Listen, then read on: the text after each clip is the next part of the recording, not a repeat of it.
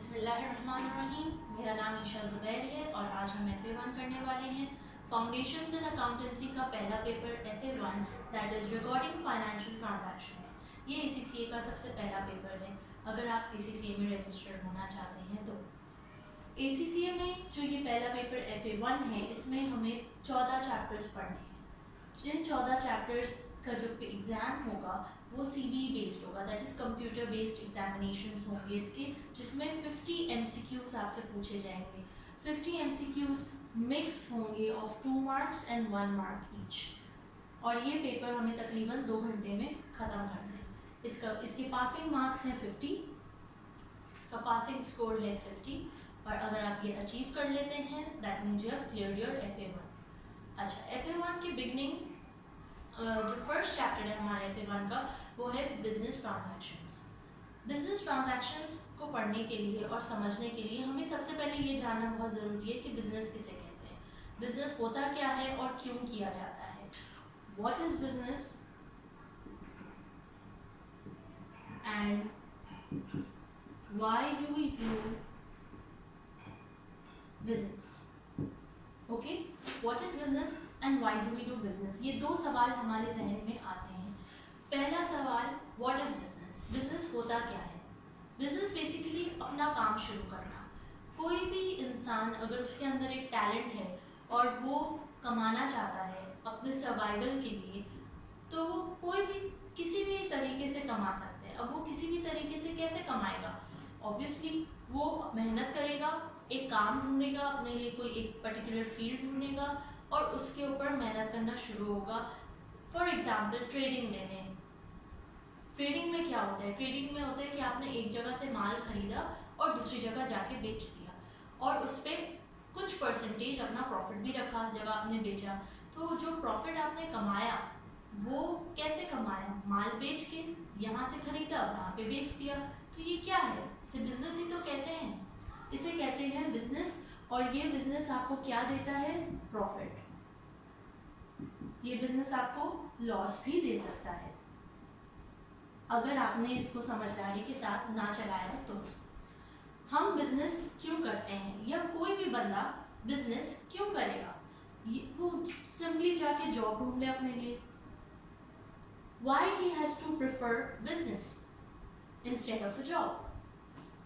एक इंसान बिजनेस की तरफ तभी मूव ऑन करता है, नंबर 1 या तो उसका पैशन हो, उसको वो अच्छा लगता हो, या नंबर 2 उसको जॉब में कोई अपॉर्चुनिटी ना मिली हो।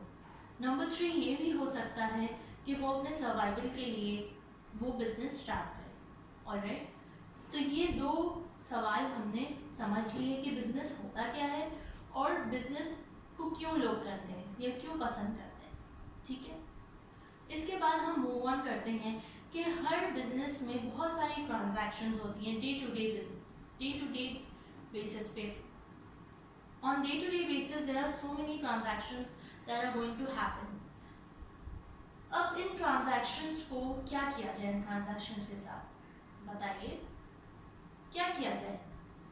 ट्रांजैक्शंस किसे कहते हैं, पहले तो ये जानते हैं व्हाट इज अ ट्रांजैक्शन।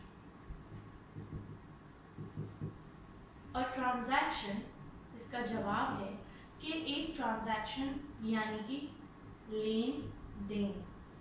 लेन देन, यस, लेन देन। किसकी लेन देन, goods and services, goods or services with money exchanged with money। कोई भी गुड्स या सर्विस को हम एक्सचेंज करते हैं पैसे के साथ, उसे कहते हैं ट्रांजैक्शन। उसे क्या कहते हैं, ट्रांजैक्शन। अब बिजनेस ट्रांजैक्शन की 2 टाइप्स होती हैं। What are the 2 types of transactions, cash transactions and credit transactions. एक होती है कैश ट्रांजैक्शन, एक होती है credit transaction. Cash transaction is very simple, आपको समझ आ रहा होगा कि गुड्स एंड सर्विसेज को के एक्सचेंज में अगर आप पैसे देते हैं या कोई आपको पैसे देता है गुड्स एंड सर्विसेज के एक्सचेंज में, तो उसे कहते हैं कैश ट्रांजैक्शन। दूसरा, क्रेडिट ट्रांजैक्शन किसे कहते हैं, अगर आपने गुड्स एंड सर्विसेज के बदले में पैसे ना दिए हों लेकिन प्रॉमिस किया हो कि आप फ्यूचर में पे करेंगे, प्रॉमिस टू पे इन फ्यूचर, तो इसे कहते हैं क्रेडिट ट्रांजैक्शन। ठीक है, क्रेडिट ट्रांजैक्शन यानी कि उधार पे लेन देन करना।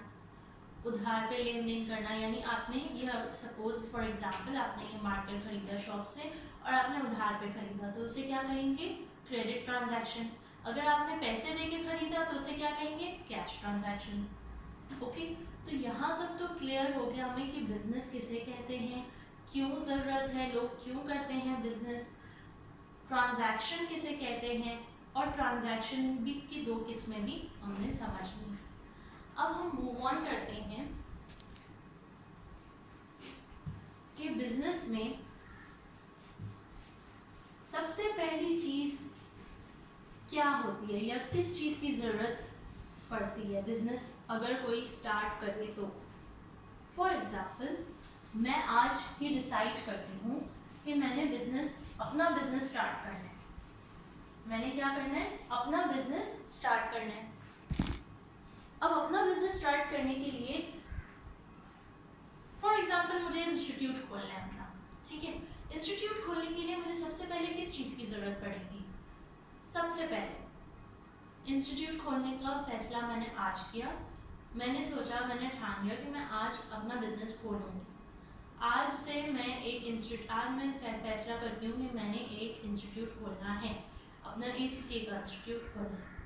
तो उसके लिए मुझे सबसे पहले किस चीज़ की ज़रूरत पड़ेगी? सबसे पहले मुझे ज़रूरत पड़ेगी एक जगह की जहाँ पे मैं पढ़ा सकूँ। एक कमरा, एक घर, कोई भी प्लेस, एक इंस्टीट्यूट, कोई भी ऐसी जगह जहाँ मैं बैठ के बच्चों को पढ़ा सकूँ, जहाँ पे चेयर्स और टेबल्स की अरेंजमेंट की जा सके, बोर्ड लगाया जा सके, AC की लगाया जा सके और हम वहाँ पे एक क्लास अरेंज कर सके। तो एटलीस्ट मुझे उसके लिए एक कमरे के बराबर जगह चाहिए। अब उस जगह के लिए मुझे क्या चाहिए? उस जगह को हासिल करने के लिए मुझे क्या चाहिए? उस जगह को हासिल करने के लिए मुझे चाहिए पैसे। कहाँ से आएंगे पैसे? सपोज मैंने एक इंस्टीट्यूट खोलना है और बड़े लेवल पे खोलना है और मैंने ये डिसाइड किया कि मुझे एक घर लेना है, एक प्रॉपर बंगलो लूँगी और उसको फिर मैं अंदर से अपने हिसाब से सही करवा के इंस्टीट्यूट की शक्ल में लाऊंगी। तो उसके लिए मुझे पैसे चाहिए। घर कोई 10,000 और या 20,000 में तो नहीं मिल जाता कि आप अपनी पॉकेट खोलो, पॉकेट मनी से निकाल लो और पे कर दो। So you need money. वो पैसे कहाँ से आएंगे? मेरा ये सवाल है आपसे कि वो पैसे कहाँ से आएंगे। पहले तो आप क्या करोगे? आप अपने घर आओगे। मैं क्या करूँगी? मैं अपनी पॉकेट में चेक करूँगी कि मेरे वॉलेट में, मेरे पर्स में, मेरी पॉकेट में, मेरे बैंक अकाउंट में मेरी कितनी सेविंग्स पड़ी हैं, मेरे ज़ाती कितने पैसे पड़े हैं। सपोज मैंने देखा मेरे पास पड़े हैं 5 लाख रुपीज़ 5। अब ये तो हो गई मेरी सेविंग्स। मुझे लेनी है एक जगह, सपोज एक घर है यहाँ पे जिसको मैं तोड़वा के अपना इंस्टीट्यूट जैसा बनवा लूँगी, या एक बिल्डिंग है यहाँ पे, बिल्डिंग जिसको मैं खरीद लूँगी और ये पूरी की पूरी building 1st to 3rd floor मैं अपना इंस्टीट्यूट बनाऊँ। अब ये बिल्डिंग की कॉस्ट है 2 करोड़।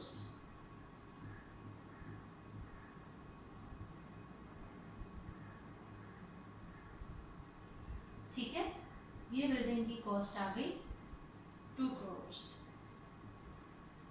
अब मैं 2 करोड़ कहाँ से लेके आऊँगी? From where will I bring 2 crore?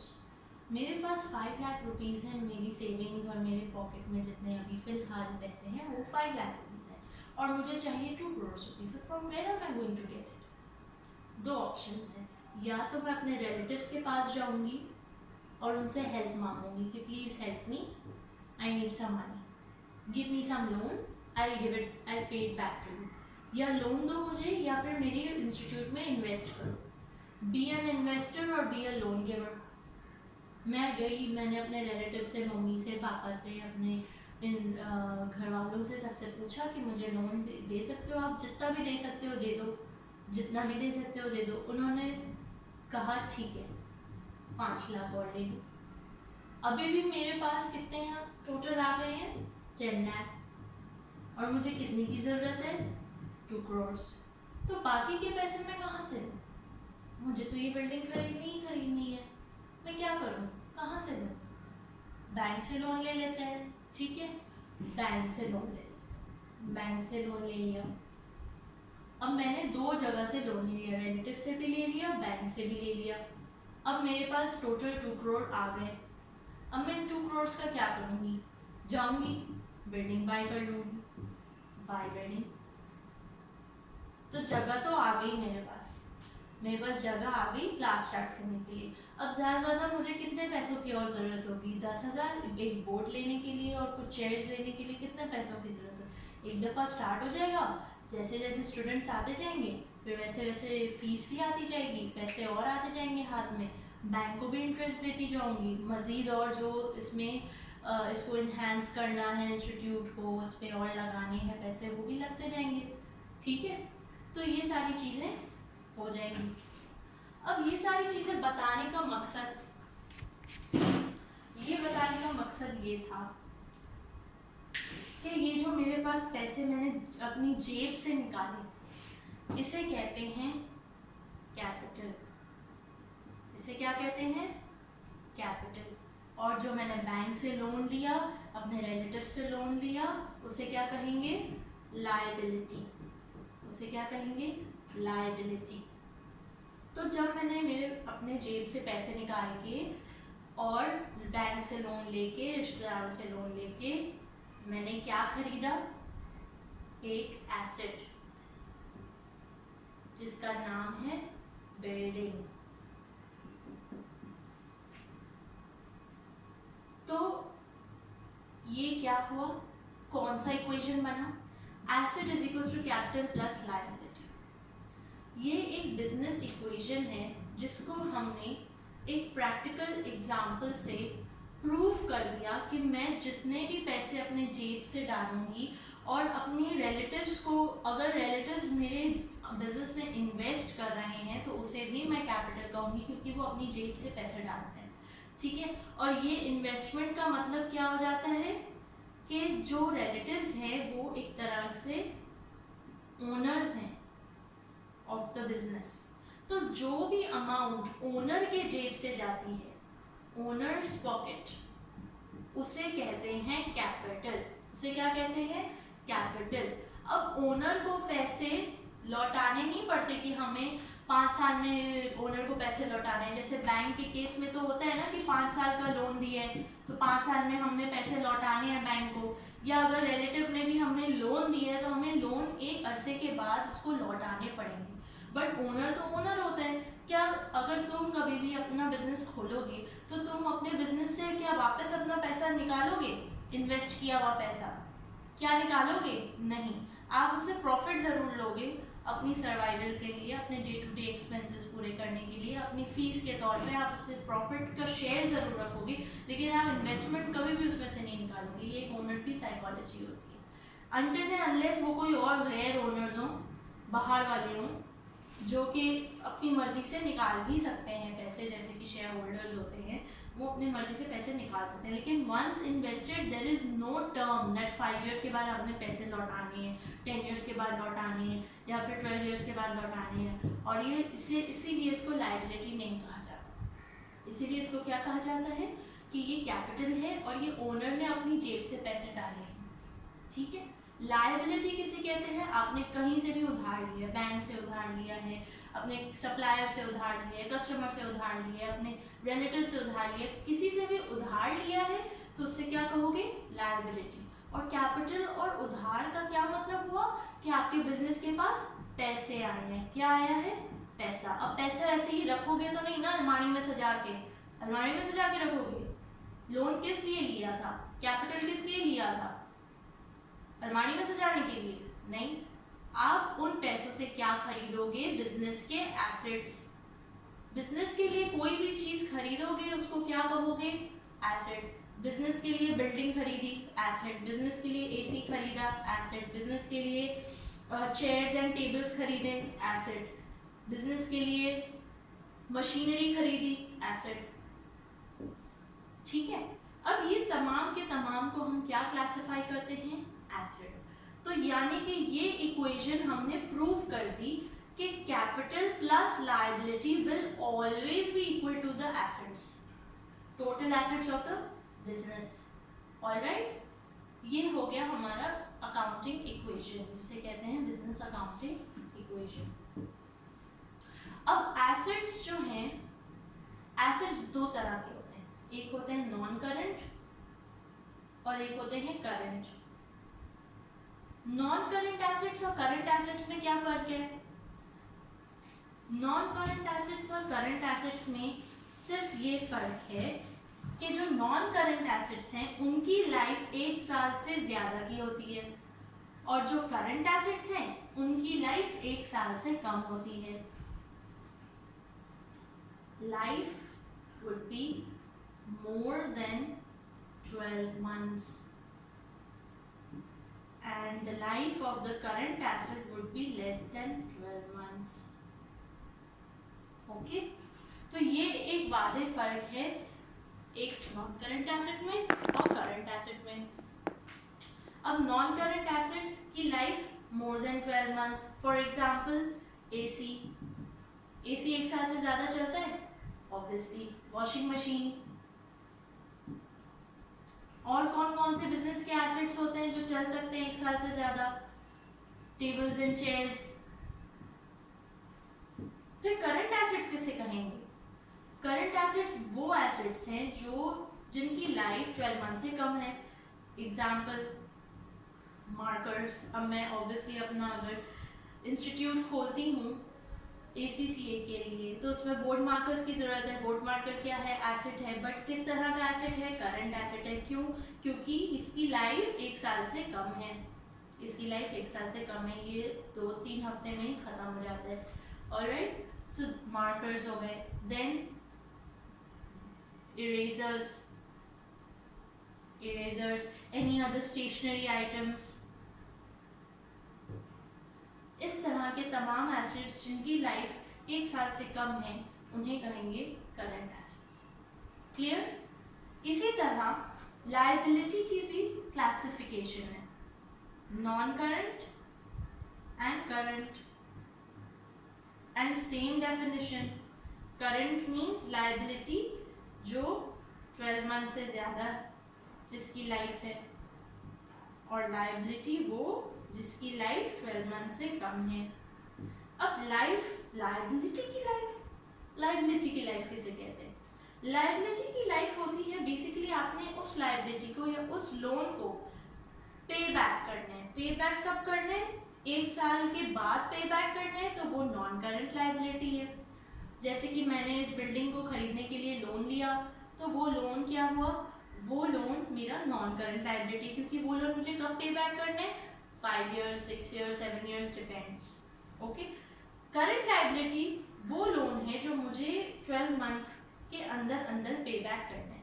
जैसे किसी सप्लायर से उधार लिए, या सपोज ये मार्कर ही मैं अपने सामने वाली दुकान से खरीद के लाई हूँ और मैंने कहा मैं दे दूंगी पैसे, 10 रुपये का तो मार्कर दे दूंगी, क्या जरूरत है जा, अभी क्या चाहिए ज़रूरत है आपको देने की? आप 1 हफ्ता सब्र कर दे दूंगी अभी, तो बस फिर मैं 1 हफ्ते बाद जाके उसको पेमेंट कर दूंगी या 2 हफ्ते बाद जाके पेमेंट कर दूंगी, लेकिन मुझे उसको 1 साल से पहले पेमेंट करनी ही है।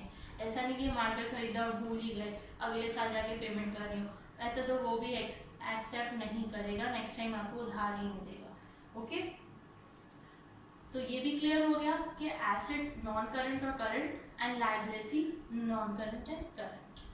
Okay, let's move on to some terminologies.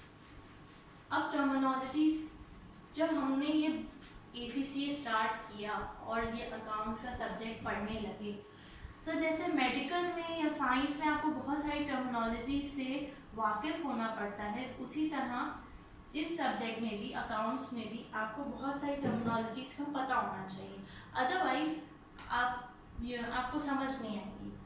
Okay, let's start. सबसे पहले तो मैंने यहाँ पे एक निमोनिक लिखा है जिसका फुल फॉर्म है sales, purchase, supplier,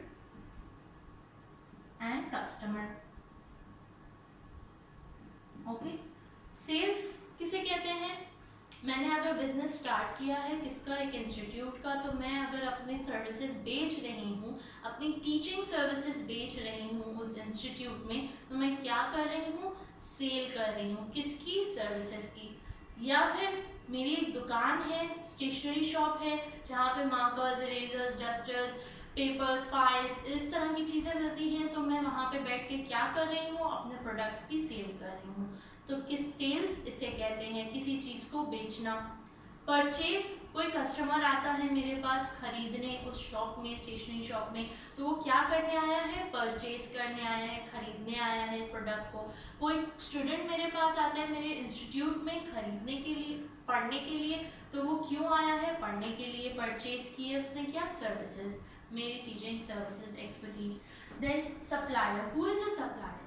supplier is the person, for example अगर मेरी स्टेशनरी शॉप है और मैं अपनी स्टेशनरी शॉप में markers, pencils, erasers, dusters, bags, paper, chart papers, इस तरह की चीज़ें रखती हूँ, तो यकीनन मैं कहीं ना कहीं से वो सारी चीज़ें खरीद रही होंगी। तो मैं वहाँ से कोई चीज़ें खरीद रही हूँ, किससे खरीद रही हूँ? अपने सप्लायर से। किससे? सप्लायर से, जो मुझे वो तमाम प्रोडक्ट, स्टेशनरी के प्रोडक्ट सप्लाई कर रहा है, तो मैं उससे खरीद रही हूँ वो तमाम चीज़ें, और फिर आगे कस्टमर्स को बेच रही हूँ। किसको बेच रही हूँ? कस्टमर्स को बेच रही हूँ। सप्लायर से खरीद रही हूँ और फिर कस्टमर को सेल कर रही हूँ। I am buying from the suppliers and then I am selling to the customers. Okay, जिनको बेचते हैं उनको कस्टमर कहते हैं, जिनसे खरीदते हैं उनको सप्लायर कहते हैं। अब इसका टू वे पर्सपेक्टिव देखिए। Suppose this is you, if you are buying from your supplier, then you are a purchaser for your supplier. You are a purchaser and you are a customer for your supplier. You are a customer for your supplier. And if you are selling the products to your customer, then you are the supplier to your customer. Then who are you? You are the supplier for your customer. यानी आप जिससे खरीद रहे हो वो आपका supplier, और जिसको बेच रहे हो वो आपका तो कस्टमर। लेकिन कस्टमर के नज़र से देखो तो कस्टमर के लिए ये सप्लायर है और इस कस्टमर के लिए ये सप्लायर। ओके, आई होप ये क्लियर है। Next, quotation.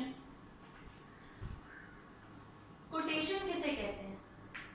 Purchase order form किसे कहते हैं? Advice note, delivery note, receipt, invoice, credit note, debit note, internal check requisition, remittance advice, petty cash voucher and sales order form। ये तमाम के तमाम terminologies हम अपने डे टू डे लाइफ में कहीं ना कहीं ज़रूर इनसे वास्ता पड़ता है, लेकिन हम इन टर्मिनोलॉजी से वाकिफ़ नहीं हैं, खाली उनके नामों से वाकिफ़ नहीं हैं। तो आज मैं आपको बताती हूँ कि इन सारी टर्मिनोलॉजीज के मतलब क्या है। हम एक एग्जाम्पल लेते हैं। हम सारे, आप यकीनन सुपरमार्केट्स गए होंगे ग्रॉसरी करने, राइट? तो सुपरमार्केट्स को कभी आपने ऑब्जर्व किया कि सुपरमार्केट्स में होता क्या है, या बिजनेस सुपरमार्केट्स का कैसे चल रहा है? सुपरमार्केट्स के पास क्या होता है? सुपरमार्केट्स क्या चीज़ें बेचते हैं? Grocery items. ग्रॉसरी आइटम्स बेचते हैं, उसमें बहुत सारी चीज़ें आ जाती हैं। Eggs, bread, chips, chocolate, yogurt वगैरह वगैरह, बहुत सारे इनकी इन्वेंट्री होती है। इसे क्या कहते हैं? इन्वेंट्री। जो माल कोई भी दुकानदार अपने पास रखता है बेचने के लिए, उसे कहते हैं इन्वेंट्री। ओके, अब ये इन्वेंट्री तो इस सुपरमार्ट, सपोज इस सुपरमार्ट का नाम है ए प्लस अपने पास ये तमाम चीज़ें रखता है और बेचता है। एवरी मंथ एंड में ये ऑर्डर प्लेस करता है। क्या करता है?